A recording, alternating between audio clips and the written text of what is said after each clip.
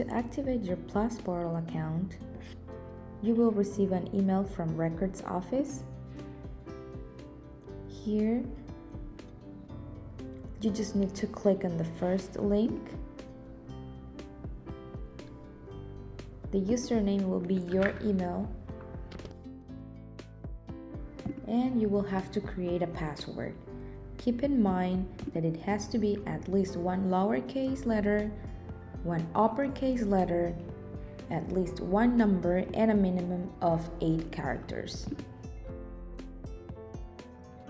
Now you need to confirm your password. Then you just have to click on continue. Now just click here and log in.